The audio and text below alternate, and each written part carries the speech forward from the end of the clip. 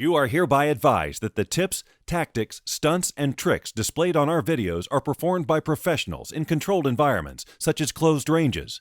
Do not attempt to duplicate, recreate, or perform any of these at home, as personal injury or property damage may result.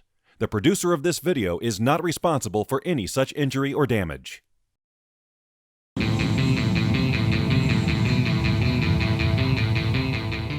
So we talked about rope strength, we talked a little bit about rope construction, we talked a little bit about rope types, okay? When we're using ropes out in the backcountry or urban environments or wherever we're using, there's also some other considerations we need to keep in mind. We talked about with the carabiners, clipping your water bottle to it. And does that affect the carabiner? Is that bad? And we made the mention of, as long as you're not clipping battery acid or something toxic to it, it should be okay. Same goes for ropes, okay? When ropes get wet, they get weak, okay? Different substances, they can weaken the rope up to 50%. Gasoline is one that eats into rope really good. Water, there's some discussion. Some people will say 10%, some people will say up to 30%. I tend to side on the people that say 10%, but again, it's one of those things where we talked about the math involved with rope. It's something you have to think about and consider.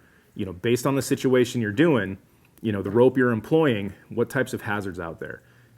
All that stuff can affect. Say you're actually in an emergency situation with your family and you have developed a strong rope skill background. Things such as urine can actually really weaken a rope. So if you're helping someone out or helping out your son or daughter or your wife or whatever, and they get a little scared and maybe they have an accident, that can actually damage the rope. It's things to think about. And in building the systems, which we'll cover a little bit, you plan ahead with that stuff so you can mitigate that risk. That if that does happen, you're still going to have enough strength in your system. You're still going to be using the proper gear that you're going to be able to get that person to safety or get yourself to safety. But stuff to consider.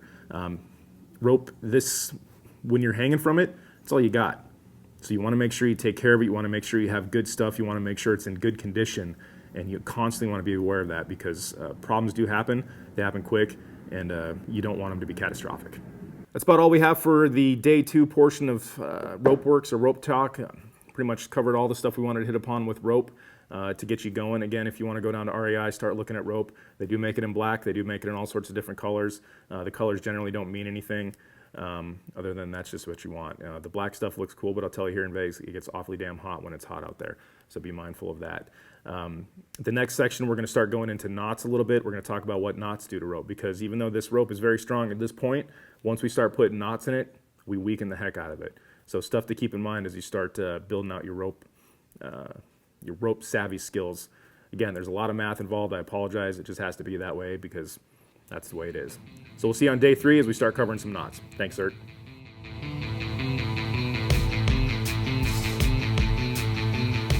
Z.E.R.T is a worldwide membership-based organization that uses zombie as a metaphor for any natural or man-made disaster that could occur in our lifetime. Your zombie could be hurricanes, tornadoes, floods, a deadly force encounter, or civil unrest. Z.E.R.T is about being prepared, trained, and most importantly, armed with the proper mindset to see you and your family through to safety. Z.E.R.T is not just an organization. It's a lifestyle. ZERTNation.com